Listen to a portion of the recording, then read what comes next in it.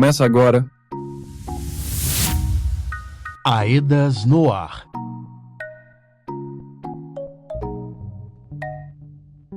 Olá, você que acompanha o Aedas no Ar, o programa da Associação Estadual de Defesa Ambiental e Social de Minas Gerais, a Aedas, que presta assessoria técnica independente aos atingidos e atingidas nas regiões 1 e 2 da Bacia do Rio Paraopeba e Represa de Três Marias. Eu sou Lucas Jerônimo e trago atualizações importantes sobre o andamento da reparação dos danos causados pelo rompimento da barragem da Vale em Brumadinho. Hoje vamos trazer novidades sobre a luta da ação judicial pelo direito ao auxílio emergencial, que atualmente está garantido com o Programa de Transferência de Renda, o PTR. Também vamos falar sobre o anexo 1.1, com o requerimento das instituições de justiça no dia 25 de abril e a decisão do juiz no dia 27. Ainda relacionado ao anexo 1.1, vamos saber sobre a terceira rodada das reuniões intercomunitárias promovidas pela Aedas, que se iniciaram em abril e seguem no mês de maio. Por aqui sempre fazemos memória das 272 pessoas que perderam suas vidas naquele dia 25 de janeiro de 2019 e renovamos o nosso desejo de justiça e reparação. Você está ouvindo Aedas no Ar.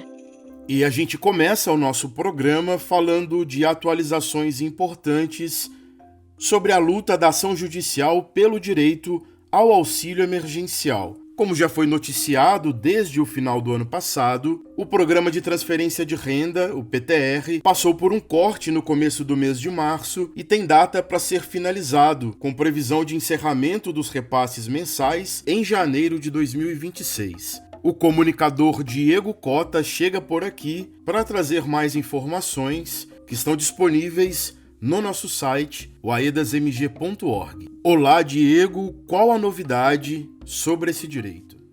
Olá, Lucas. A decisão agora é que foi protocolada a petição completa do pedido de criação do novo auxílio financeiro emergencial e ou prorrogação do PTR com suspensão do corte para a Bacia do Paraopeba e Represa de Três Marias. E qual a diferença dessa movimentação para a movimentação que foi feita no dia 14 de março? No dia 14 de março de 2025, as entidades responsáveis pela ação entraram com um pedido de urgência para que a Vale pagasse o necessário para reverter o corte no programa de transferência de renda ou que fosse criado um novo auxílio. Na primeira instância, o juiz Dr. Murilo foi favorável. Nessa decisão, ele também deu 15 dias úteis para que o pedido de urgência pudesse ser complementado com novos argumentos. Foi isso que ocorreu. Na terça-feira, dia 29 de abril, foi protocolada a petição completa. Ei, Diego, e quais os principais pontos da ação? São muitos os pontos da ação, Lucas. Ela tem quase 100 páginas. Vamos citar aqui alguns pontos. Que o juiz decida imediatamente, em caráter de urgência, para obrigar a Vale a começar a pagar um novo auxílio financeiro emergencial para as pessoas atingidas a partir de fevereiro de 2026. Se o auxílio novo não for liberado imediatamente, que a Vale seja obrigada a seguir o que estava previsto antes para o auxílio atual, chamado PTR, e fazer a redução do valor de forma gradual, como combinado, em vez de simplesmente cortar os pagamentos. A ação pede que o valor do pagamento seja de, no mínimo, um salário mínimo por pessoa, sem fazer distinção se é adulto, adolescente ou criança. O auxílio deve ser pago pelo menos para o grupo de pessoas que a lei federal, a PNAB, considera como atingidas, e deve durar no mínimo até o ano de 2031. Depois de 2031, para saber se continua ou não, isso deve ser decidido com base em relatórios técnicos independentes e com a participação das pessoas atingidas. Obrigado pelas informações, Diego. Para saber mais, você que nos ouve pode acessar o site aedasmg.org. Importante lembrar que todas essas movimentações na Justiça ainda não mudam o atual pagamento do PTR. Não há como prever exatamente quando que o valor do PTR integral será recebido. É preciso aguardar as manifestações dos desembargadores do Tribunal de Justiça de Minas Gerais. Vamos seguir atualizando por aqui e nos nossos canais oficiais de comunicação. Seguimos com o Aedas no Ar e vamos falar sobre a comunidade tradicional ribeirinha Rua Amianto, onde aconteceu o lançamento do filme documentário Amianto e do protocolo de consulta prévia, que é um instrumento importante na defesa do território cultural e direitos. Quem traz mais informações é a comunicadora Isis de Oliveira. Olá, Lucas. Olá, ouvintes. O lançamento do protocolo de consulta da comunidade ribeirinha aconteceu no Teatro Municipal Nicodemos da Cunha, localizado na quadra de esportes de Brumadinho. A solenidade reuniu integrantes da comunidade, representantes do executivo local, movimentos sociais e da assessoria técnica independente AEDAS. Além do protocolo, foi lançado o filme documentário Amianto, que conta a história e destaca os aspectos tradicionais da comunidade que há 6 gerações reside na margem do rio Paraupeba, no distrito sede de Brumadinho. A produção foi realizada em uma parceria da comunidade com a AEDAS. Márcia de Medeiros Faria, liderança comunitária da Rua Amianto, expressou sua sensação ao ver concretizada a construção coletiva da comunidade. A gente vem lutando desde o início, da atuação do AEDAS, a gente construindo junto. É uma vitória, eu diria que é uma vitória muito grande, Depois de tanto, é como se fosse, depois de tanto não, uma coisa positiva, Então, assim, é a sensação que a luta vale a pena, valeu a pena lutar, que a gente não pode desistir, mas é uma sensação de vitória, uma sensação muito boa. Diva Braga, gerente-geral do Eixo de Participação Informada da AEDAS, destacou a importância do protocolo para as comunidades tradicionais. É preciso garantir essa ferramenta que é de proteção das comunidades, ferramenta de proteção e de participação das comunidades tradicionais. Então, desde o início, a AEDAS entende que a construção dos protocolos de consulta são a forma principal de atuar junto às comunidades tradicionais. Então, assim, está aqui hoje, construindo mais um protocolo de consulta com mais uma comunidade, hoje com a comunidade ribeirinha Amianto, é uma coroação de um processo, São 5 anos aí de construção, de trabalho conjunto. Você pode conferir o filme documentário Amianto no canal da AEDAS no YouTube. Voltamos com você, Lucas. Obrigado, Isis. Vamos para um breve intervalo e já voltaremos com mais informações sobre o anexo 1.1 e as reuniões intercomunitárias. Estamos apresentando Aedas no Ar. Voltamos a apresentar Aedas no Ar. Estamos de volta. Eu sou Lucas Jerônimo e este é o Aedas no Ar, informativo da Assessoria Técnica Independente dos atingidos e atingidas pelo rompimento da barragem da Vale em Brumadinho. No programa de hoje, estamos trazendo atualizações no processo da reparação e falando sobre atividades importantes que aconteceram recentemente. Agora vamos falar sobre o anexo 1.1, que trata de projetos de demandas das comunidades atingidas e linhas de crédito e microcrédito. A comunicadora Júlia Roden tem mais informações. Olá, Júlia. Olá, Lucas, e olá para quem acompanha o Aedas no Ar.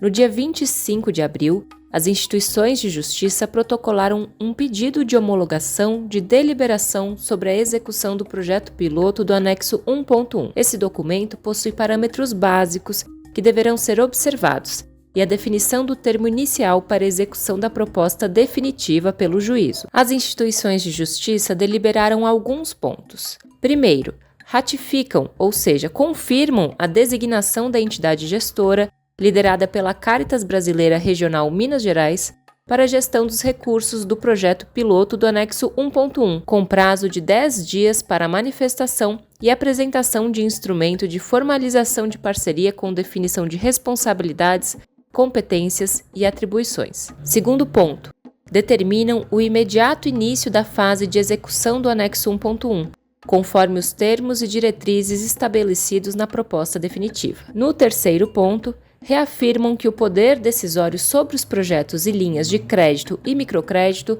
cabem às comunidades atingidas e que a atuação da entidade gestora deve observar e refletir as deliberações dessas comunidades. Quarto ponto é que as instituições de justiça fixam o valor de aproximadamente R$ 326 milhões para a execução da proposta definitiva. No quinto ponto, estabelecem o valor de até aproximadamente R$ 62.526.000 para viabilizar o integral assessoramento técnico independente às pessoas atingidas durante toda a execução da proposta definitiva.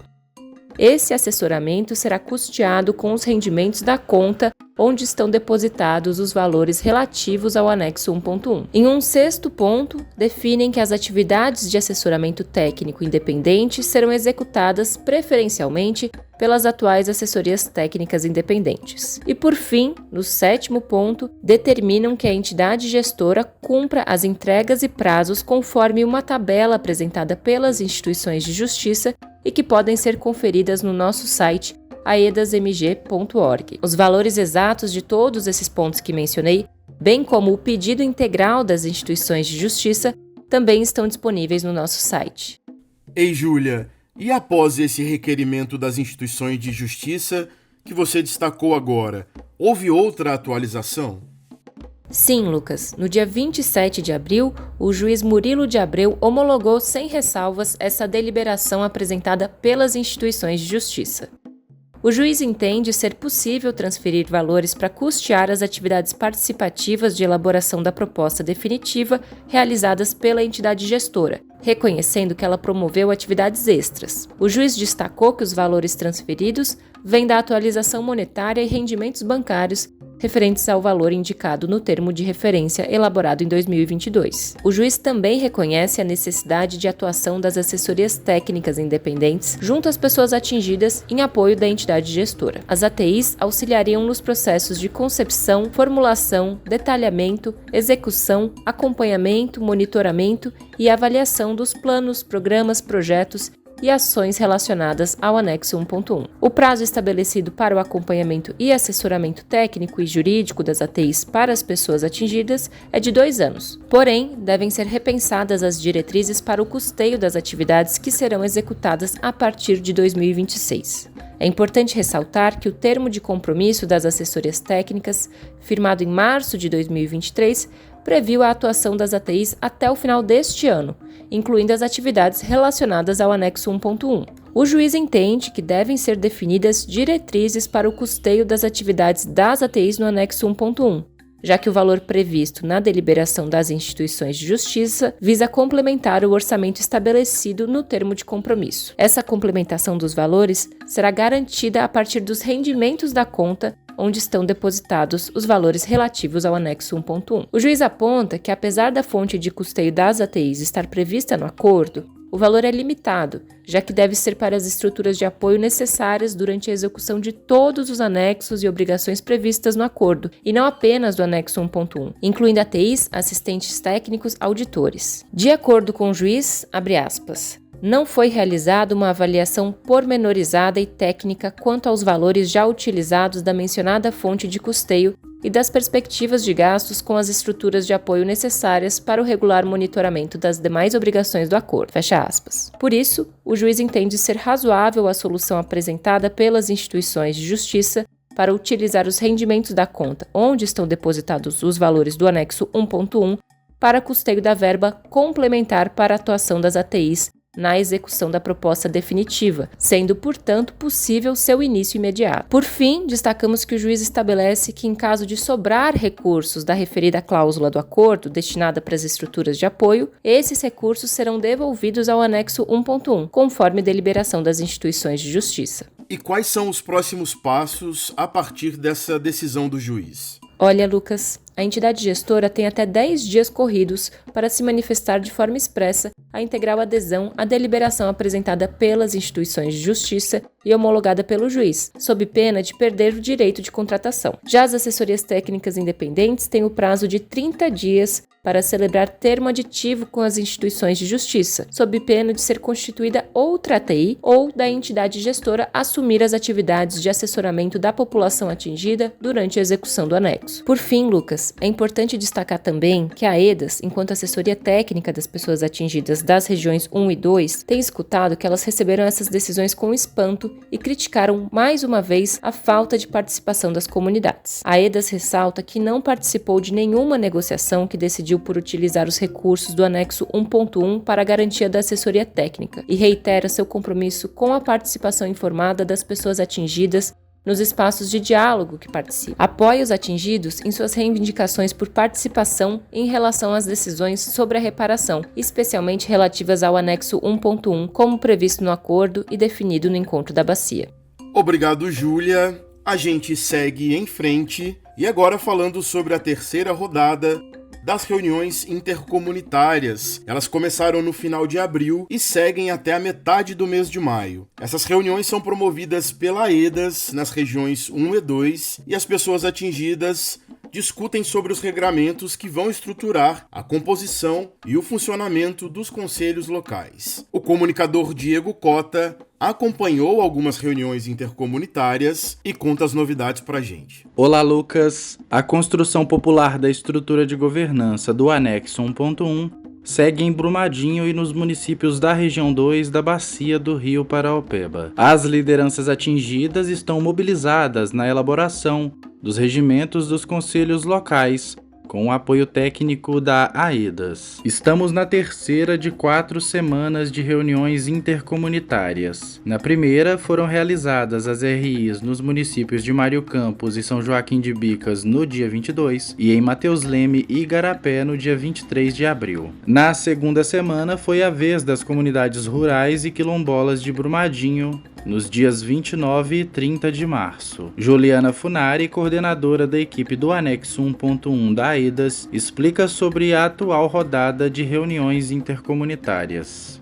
Essa rodada de reuniões ela é muito importante para a construção, amadurecimento dos futuros conselhos locais da governança do anexo 1.1. São estruturas que vão tomar decisões e construir as propostas em nível local. A equipe da AEDAS organizou as propostas que as pessoas atingidas já realizaram durante a proposta definitiva e também nas primeiras reuniões intercomunitárias, onde a gente conversou sobre composição e funcionamento dos futuros conselhos locais. Então a gente organizou essas regras e agora, nas reuniões intercomunitárias, a gente vai aprofundar, amadurecer para construir uma proposta de regimento interno dos conselhos locais. As reuniões intercomunitárias seguem nesta semana com 3 dias de encontros em Brumadinho. Essa terceira rodada será encerrada na semana que vem, com encontros em Juatuba e Betim na região 2. Volto com você, Lucas.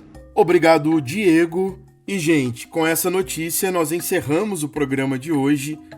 Muito obrigado a você que acompanhou a AEDAS no ar desta semana. E lembro que você também pode acompanhar a AEDAS nas redes sociais pelo @AEDASMG e pelo nosso site, o aedasmg.org. Eu fico por aqui, um abraço e até a próxima semana. Este programa é produzido com recursos provenientes do Acordo de Reparação. Honramos a memória das 272 joias ceifadas no rompimento da barragem da Vale, em Brumadinho. Esta edição teve produção de Júlia Roden, Valmir Macedo e Diego Cota. A edição de áudio é de Lucas Jerônimo. O design gráfico do programa no YouTube e nas nossas redes sociais é de Júlia Rocha. A coordenação da equipe de comunicação é de Elaine Bezerra, sob a gerência de Diva Braga, gerente geral de participação informada do projeto AEDAS Paraopeba.